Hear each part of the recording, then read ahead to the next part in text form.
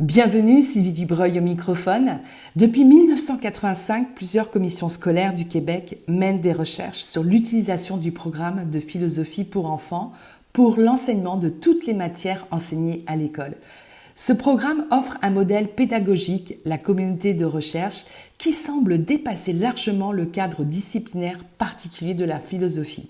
En partant d'une histoire, qui est lue à voix haute en groupe, les élèves, assis en cercle, sont invités à proposer des questions dont ils aimeraient discuter, puis à s'investir dans un échange pour développer la pensée critique, créative et attentive.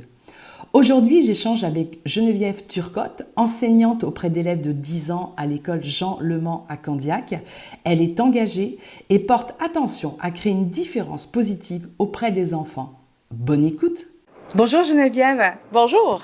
Merci beaucoup. Nous sommes dans votre classe. Vous enseignez au sein de la commission scolaire des Grandes Seigneuries Candiac. J'ai souhaité vous rencontrer parce que vous avez instauré et mis en place un cours de communauté de recherche philosophique qu'on appelle plus communément la CRP. Oui. Alors expliquez-nous et pourquoi. Bien, d'abord, j'aime beaucoup Frédéric Lenoir, qui est un philosophe français, et je l'avais entendu parler qu'il partait une fondation à but non lucratif qui permettait aux enfants de faire de la philosophie et de la méditation.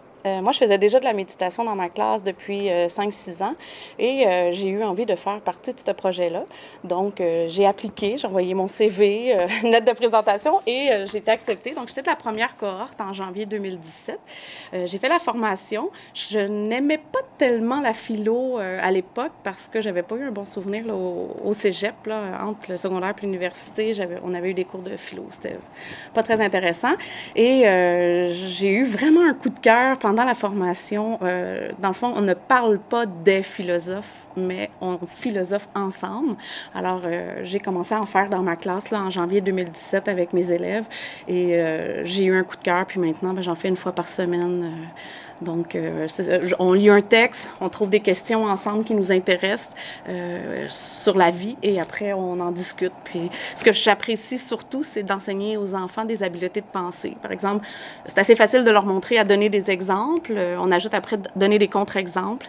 Puis ensuite, on va aller vers dégager des présupposés, définir un concept, sortir des conséquences, voir une situation dans un autre contexte qu'on appelle l'autre côté de la médaille.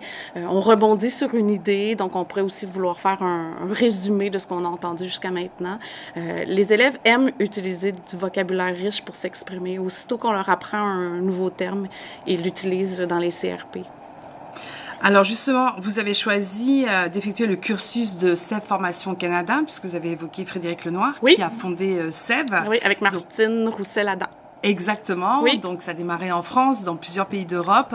Évidemment, SEV Formation Canada aujourd'hui. Oui. Il y a même eu une ouverture à SEV au Maroc.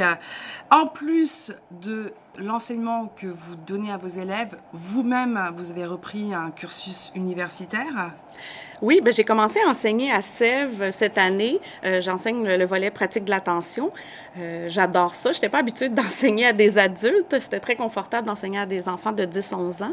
Mais je suis sortie de ma zone de confort et j'ai décidé de faire le saut pour aller enseigner aux adultes à SEV. Je suis une praticienne, donc j'ai 20 ans d'expérience en enseignement et j'avais besoin un peu d'aller chercher la théorie. Alors, je me suis inscrite au programme de pratique de l'attention de l'UQAM. On est la première cohorte encore et on suit des cours. Là, j'ai le cours de fondement de la méditation, puis un cours de pratique de l'attention avec des gens qui sont renommés, là, Simon Grégoire, qui est responsable de GRIPA, donc il fait de la recherche sur les effets de la méditation au Québec. Alors, c'est très intéressant comme formation et éventuellement, là, je voudrais suivre aussi un micro-programme sur la philosophie pour enfants pour peut-être un jour finir ma maîtrise et enseigner à l'université aux nouvelles enseignantes qui vont se diriger vers le bac préscolaire primaire. Quels sont les bénéfices que vous avez pu constater du fait de cette pratique de l'attention, le fait que vous enseignez aussi bien au sein de la formation SEV Canada et auprès de vos élèves? Ce que j'ai d'abord vu, c'est que les élèves, à force de faire de la méditation, c'est sûr que c'est pas dans les premières semaines, mais nous, on médite tous les jours durant 5 minutes, donc 180 jours par année. Ça prend un certain temps avant qu'on voit les bienfaits, mais rendu vers la fin de l'année, les élèves ont vraiment une meilleure capacité d'attention, beaucoup plus de régulation des émotions. Ils ont aussi, c'est plus facile de gérer les conflits. Il y a presque plus de conflits dans la classe parce qu'ils vont s'entraider. Il y a beaucoup le sens de la communauté, du partage. Il y a une diffusion aussi avec leurs pensées. Ils sont capables de voir qu'ils ne sont pas leurs pensées, mais que les pensées arrivent et ont envie de les partager avec les autres. Je dirais que ça fait des enfants qui ont plus un esprit critique. Quand on leur pose une question, par exemple, est-ce que des paroles peuvent faire mal? Bien, ils vont répondre, ça dépend. Est-ce que pour ou contre manger de la viande, ça dépend. Alors, finalement, leur ça dépend devient de plus en plus leur réponse. Ils ont envie de réfléchir sur ces questions-là. Ils ont une pensée plus créative aussi. Je trouve que ça développe beaucoup la créativité, d'essayer de faire avancer une recherche philosophique. Ça prend une certaine ouverture d'esprit. Et ils ont une écoute plus attentive entre eux. C'est beau de les voir, là, écouter l'idée des autres pour pouvoir après rebondir ou s'inspirer là, pour aller plus loin dans la recherche. Vous êtes une convaincue, je pense, en fait, de cette pratique. Absolument. Donc, vous avez envie de propager, j'ai envie de dire, cette bonne nouvelle. Oui. En quoi cette bonne nouvelle, justement, peut engendrer dans les écoles pour qu'on puisse aller officialiser un programme, en fait?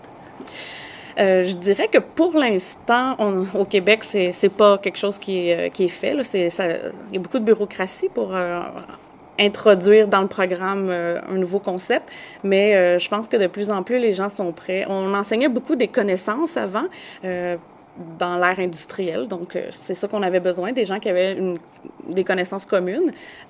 Pour moi, maintenant, c'est plus vraiment important d'enseigner, par exemple, le nom des triangles, parce que l'élève aura juste à aller sur Google, taper le nom des triangles, puis il va trouver le triangle équilatéral, isocèle et scalène. Ce que je trouve important d'enseigner maintenant, c'est d'abord la communication, d'être bien avec soi-même, de travailler avec les autres en collaboration, d'enlever la compétition, mais aller plutôt, je vais être meilleure grâce à mon équipe dans ma classe. Créativité, débrouillardise, résolution de problèmes. C'est plus des compétences que j'ai envie d'enseigner que des savoir-être, des savoir-vivre ensemble. Vraiment plus que des connaissances. Les connaissances, c'est comme l'outil que j'utilise pour développer tout le reste. Quel est votre rêve, Geneviève? Mon rêve, ce serait quand je vais quitter le domaine de l'éducation pour ma retraite, que la méditation et la philosophie soient rentrées dans les écoles au primaire. Donc, il me reste 15-20 ans. J'ai décidé de prendre beaucoup d'expérience dans les premières années, mais là, je commence à me tourner vers une transmission de cette passion-là à plus grand. Quel message vous avez envie de faire passer à vos élèves? Qu'est-ce que vous avez envie de leur dire? J'aurais envie de leur dire d'abord de croire en leurs rêves. Des rêves, ça se modifie, ça change en vieillissant, mais de croire en leurs rêves. Puis un coup que tu apprends à t'aimer toi-même, tu apprends à aimer les autres comme ils sont, de trouver ta mission. Donc, c'est quoi les talents que tu as eus, les qualités, et d'en faire un métier qui va servir le monde, qui va servir la planète. Geneviève, si vous croisiez la petite fille de 10 ans que vous étiez, qu'est-ce que vous lui diriez aujourd'hui? Wow, je pense que je lui dirais d'abord qu'elle est vraiment chanceuse d'avoir cette mère-là. Parce que j'avais une mère qui me parlait beaucoup d'amour, beaucoup de partage, beaucoup de prendre soin des autres, d'essayer de faire une différence dans le monde. Donc, je dois beaucoup à ma maman. Et j'avais beaucoup de rêves à cette époque-là, puis je suis quand même assez contente de voir où je suis rendue aujourd'hui. Ouais. Je suis sur mon X. Donc, je fais ce que j'avais envie de faire. Moi, je dis pas que je viens travailler, je viens jouer à l'école. Je viens voir mes élèves. J'aime encore, à tous les matins, j'ai hâte de venir travailler. Merci beaucoup, Geneviève. Je vous souhaite encore plein de belles aventures avec vos élèves et l'enseignement que vous donnez et que vous partagez. Merci beaucoup. Vous souhaitez en savoir plus sur SEV Formation Canada? Je vous invite à visiter leur site sevformation.ca. C'était Sylvie Dubreuil au microphone. À bientôt.